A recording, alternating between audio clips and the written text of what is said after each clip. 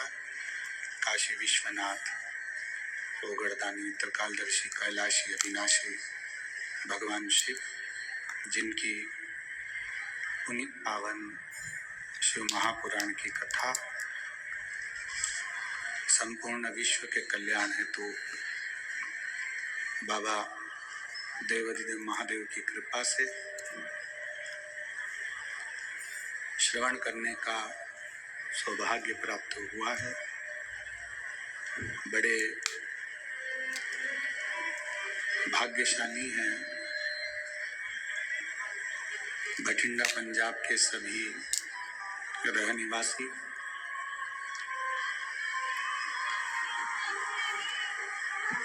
आवाज नहीं कर रही।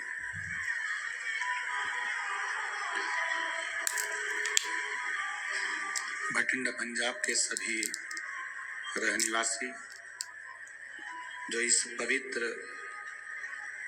शिव महापुराण की कथा को श्रवण करने का सौभाग्य आप और हमको प्राप्त हुआ है।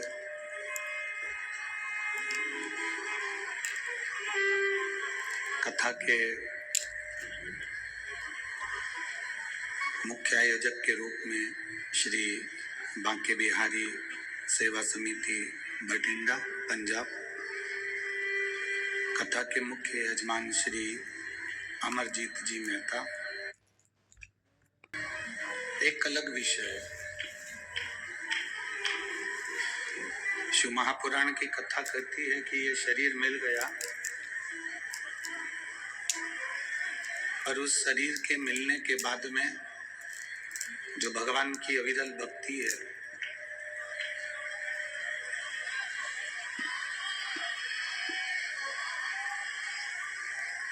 अविरल भक्ति है, भगवान का जो स्मरण है, भजन है, वो करना बड़ा कठिन है।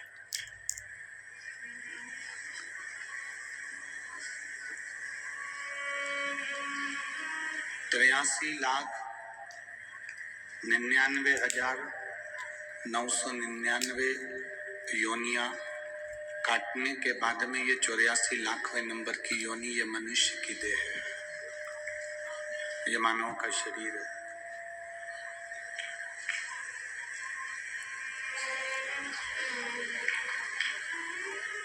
अब इतनी योनियां काटने के बाद जो ये मानव की देह मिली है, ये जो मानव का शरीर मिला है, अगर हम और आप इसको व्यर्थ में यूं ही गवा दें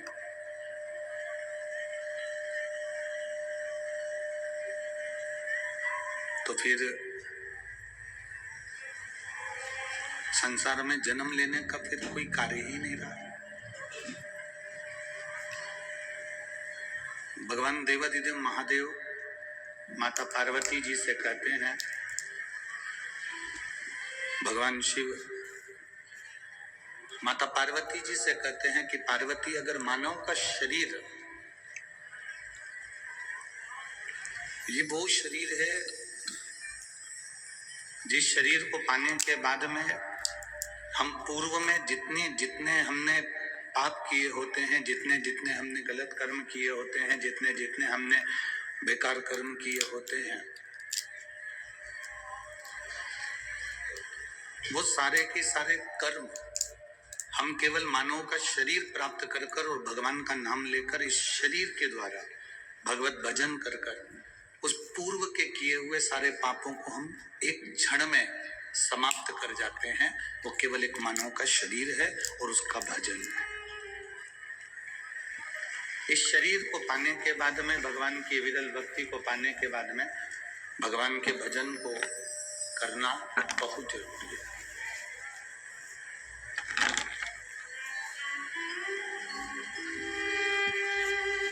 हाँ, शिव महापुराण की कथा एक बात जरूर कहती है कि जो किताब हमको समझ में नहीं आती है, जो किताब हमको समझ में ना आए, उस किताब को कम से कम 2 बार, 3 बार, 4 बार उसको पढ़िए।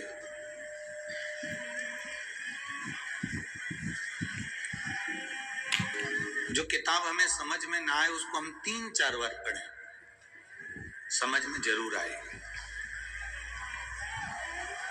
थोड़ा समय लग सकता है पर किताब समझने में देरी नहीं लगेगी। शिव पुराण कहती है जो किताब हमें समझ में ना आए उसको 3-4 बार अवश्य पढ़ें तो किताब हमारी समझ में। उसी तरह शिव की भक्ति है।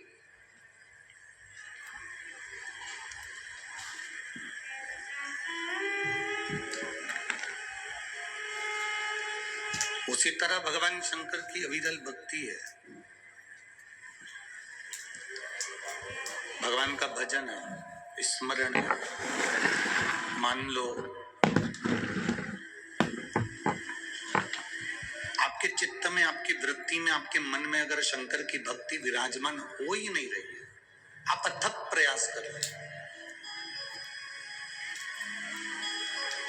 आपने बहुत प्रयास करा पर शिव भक्ति हमारे भीतर प्रवेश ही नहीं कर रही है, तो जैसे किताब समझ में नहीं आती तो 2-3 बार पढ़ा जाए तो किताब समझ में आ जाती है, उसी तरह 2 या 3 बार शिव महापुराण की कथा को भले टीवी पर सुनो, मोबाइल पर सुनो, चाहे पंडाल में सुनो, 1 बार, 2 बार, 3 बार अगर शंकर की कथा को हमने अपने भीतर उतार लिया तो शिव का साक्षीकरण, शंकर का दर्शन हमारे सम्मुख में हो ही जाता है, ये निश्चित है। वो संशय ब्रह्मा जी ने भगवान विष्णु से कहा कि प्रभु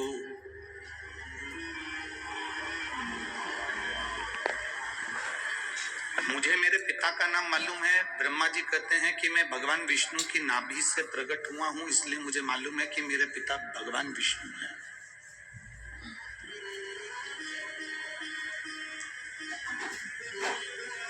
मेरे पिता भगवान विष्णु हैं, ये मैं जानता हूं। ये ब्रह्मा जी कह रहे हैं कि मुझे मेरे पिता का नाम मालूम है कि मेरे पिता भगवान विष्णु हैं, क्योंकि मैं कमल के पुष्प पर नाभि से प्रकट हुआ।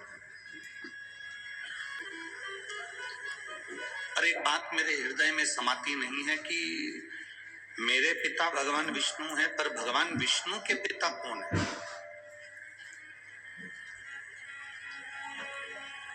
भगवान नारायण के पिता का नाम मैं नहीं जानता, मेरे दादाजी का नाम मैं नहीं जानता। भगवान ब्रह्मदेव कह रहे हैं ये बात, भगवान ब्रह्मा जी कह रहे हैं। अब जैसे ब्रह्मा जी ने कहा तो भगवान विष्णु के मुख से निकल गया कि ब्रह्मा जी आप कह रहे हो कि आप अपने पिता को जानते हो पर अपने दादाजी को नहीं जानते।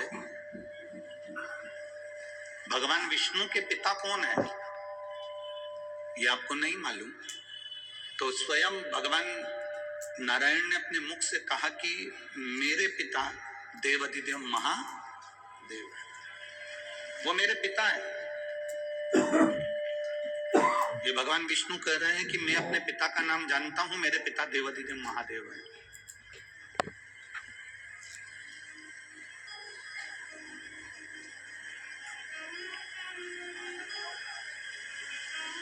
कहा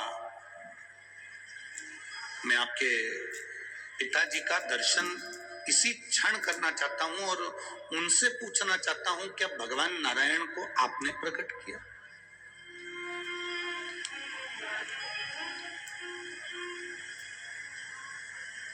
क्या भगवान नारायण को प्रकट करने वाले आप हो?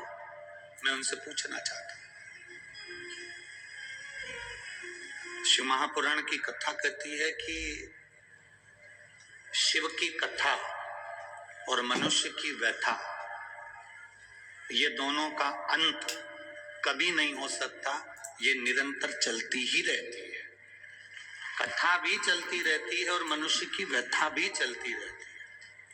कथा भी चल रही है और व्यथा भी चल रही है। मनुष्य की व्यथा, मनुष्य की समस्याएं, मानव जीवन में जो टेंशन है, हमारे जीवन में जो व्यथाएं हैं, ये कभी समाप्त नहीं होती।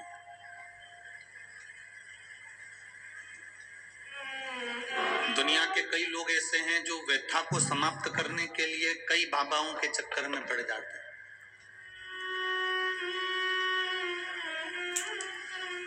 ना जाने कितने कितने जगह पर आप लोग पहुंच जाते हो और वहां जाकर कह देते हो कि हमारे जीवन में इस संकट है, इसको टाल दीजिए, हमारे जीवन में कष्ट है, इसको मिटा दीजिए।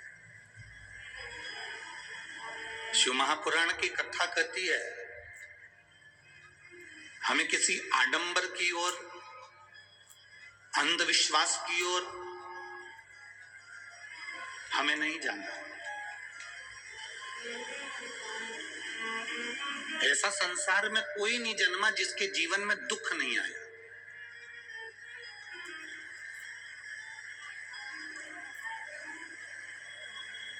मट्टी का जो घड़ा बनकर रखा हुआ है, वो मट्टी का घड़ा अग्नि में तपता है तभी तो उसमें पानी रुकता है। अगर मट्टी के घड़े को अग्नि में नहीं तपाया जाएगा, मट्टी के घड़े को अगर अग्नि में नहीं तपाएंगे तो उसमें पानी नहीं भर सकते। वो घड़े में पानी डालोगे तो घड़ा टूट जाएगा। घड़े में अगर पानी भरना है, मट्टी के घड़े में अगर जल भरना है तो घड़े को तपना पड़ेगा। घड़ा तपेगा तब उसमें पानी भराएगा। और अगर वो घड़ा तपा नहीं है, ऐसे कैसे ही रखा हुआ है, बस मट्टी का तुमने घड़ा बना लिया, उसको अग्नि में नहीं तपाया तो उसमें पानी की बूंद पड़ेगी, पानी पड़ेगा और वो गलकर नीचे गिर जाएगा। ठहरता है। दुख जब जिंदगी में आता है तो ये हमको तपाता है। क्यों तपाता है? क्योंकि दुख हमको जो दिया जाता है वो हमें तपाने का काम करता है। और जब हम अच्छे से तप जाते हैं, उसके बाद में जो सुख आता है तो हमारे इस मन में, बुद्धि में, चित्त में वो सुख टिक पाता है। नहीं तो अगर हम कच्चे घड़े होते तो सुख भी बिखर कर गिर जाते। दुनिया के लोग कुत्ते को भगाने के लिए पत्थर उठाते, तुमने मुझे उठा लिया।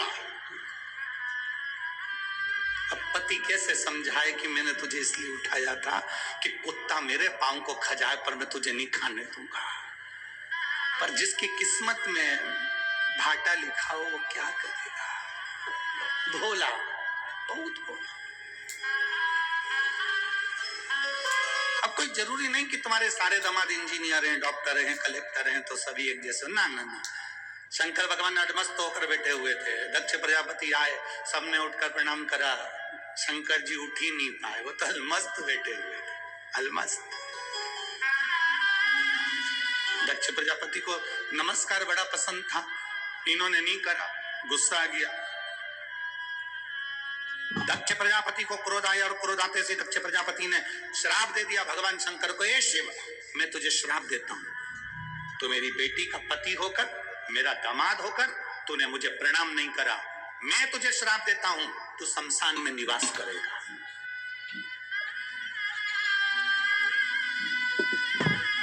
मेरा श्राप है तुझे, तू शमशान में निवास करेगा। शंकर भगवान जैसे सुने शमशान में निवास, शिव जी डमरू बजाकर नाचने लगे। भगवान विष्णु पास में बैठे थे, उन्होंने कहा तुम्हें आशीर्वाद नहीं मिला, श्राप मिला। शमशान में रहोगे आज से, तुम्हारे ससुर ने श्राप दिया।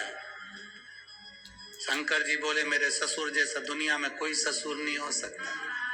कितनी लंबी सोचता है, उसको मालूम है दामाद बिल्कुल सीधा साधा है, और कहीं प्लाट देता और मैं मकान बना लेता तो कोई कब्जा कर लेता, शमशान में कौन बनाएगा। इसलिए मेरे ससुर ने मुझे प्लाट भी शमशान में दिया, ऐसी जगह जहां कोई कब्जा नहीं कर सकता। भगवान विष्णु ने माथा ठोका, भोलेनाथ तुम सही में भोलेनाथ हो। श्राप मिलने के बाद भी खुश। किसी किसी को नमस्कार प्रिय है। गुरु नानक देव जी ने नामदेव जी से कहा कि संत के 3 लक्षण हैं और 3 लक्षणों पर जिसका स्मरण करिए। पहला, संत गुरु नमस्कार से दूर होता है, दूर।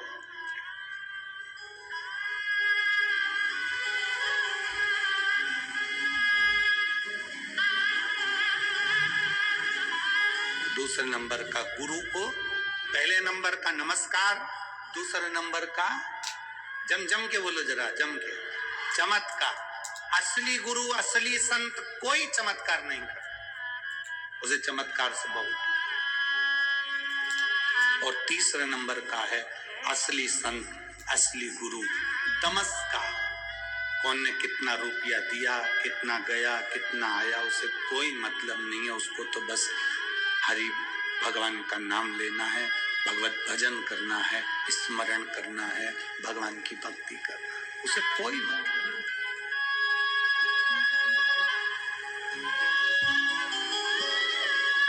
और जब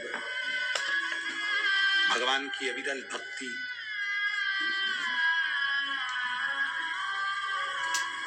भगवान शिव की अविरल भक्ति एक आनंद के साथ में जो रहती है, वो सुख प्रदान करती है। सुख प्रदान कहा गुरु नानक देव जी ने संत नामदेव जी से कहा कि असली गुरु की शरणागति जाइए। तो असली गुरु कहाँ मिल सकता है? गुरु नानक देव जी ने ये नहीं कहा कि तुम मेरे पास देखिए स्पेलिंग में ये पीछे आर के बाद ये है शिव के मंदिर में। उसमें देखियो आई थी विश्वा थिएटर जी बैठे हुए हैं, तुम जाओ और उनसे गुरु मंत्र वो मैंने देखिए। इसमें है देखिए। गुरु नानक देव जी ने नामदेव जी को जाते समय कह दिया था कि गुरु सब में रब को देखता है, सब में। जब नामदेव जी पहुंचे, उन्होंने क्या देखा कि जिनके पास में गुरु नानक देव जी ने भेजा था, वो तो जहां शंकर जी का शिवलिंग था सामने, उधर पांव कर कर सो रहे थे। नामदेव जी ने हाथ जोड़कर बोला, गुरुदेव तुम में बुद्धि नहीं है क्या? सामने शंकर का शिवलिंग है और तुम पांव लंबा करके सो रहे हो।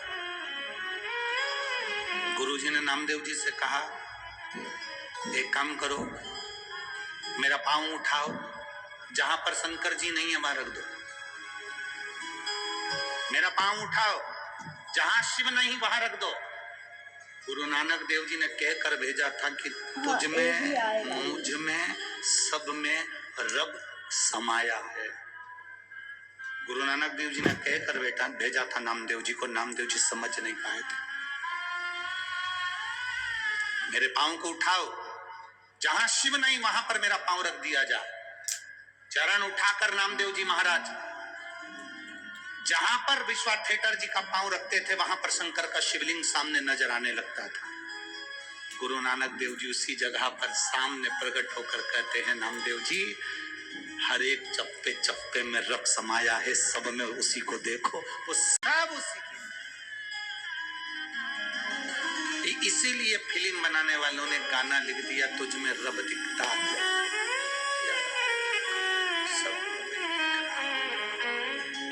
हमारी यही तो गलती है, आप में और हम में यही गलती है कि हम मंदिर में तो भगवान को ढूंढते हैं, पर अपने घर में भगवान को नहीं ढूंढ पाते। घर में जो पति है, पत्नी है, माता है, पिता है, भाई है, बंधु है, बेटा है, बेटी है, कुटुंब है, परिवार है, पड़ोसी है, रिश्तेदार, नातेदार, इनमें हम परमात्मा को नहीं देख पाते। हम इनमें भगवान को नहीं देख पाते, हम इनमें परमात्मा को नहीं देख पाते।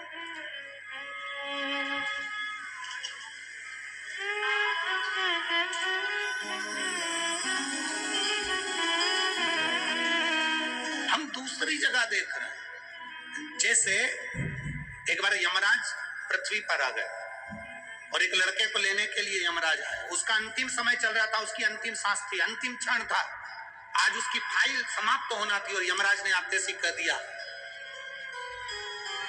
लड़के ने पूछा, तुम कौन हो? भगवान यमराज बोले, मैं यमराज। क्या लेने आए हो? मैं तेरी जान लेने आया हूं।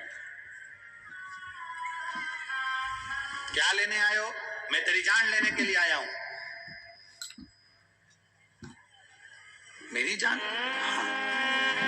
लड़के ने कल ले जाओ, यहां से 4 घर छोड़ के रहती है।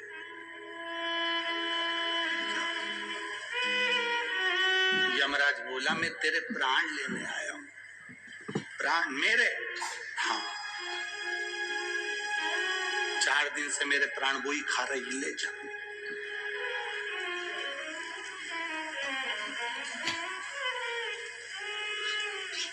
यमराज बोले, मैं तुझे मारने आया हूं। मुझे, मैं तो उससे शादी कर 6 साल पहले ही मर चुका हूं, ले जा।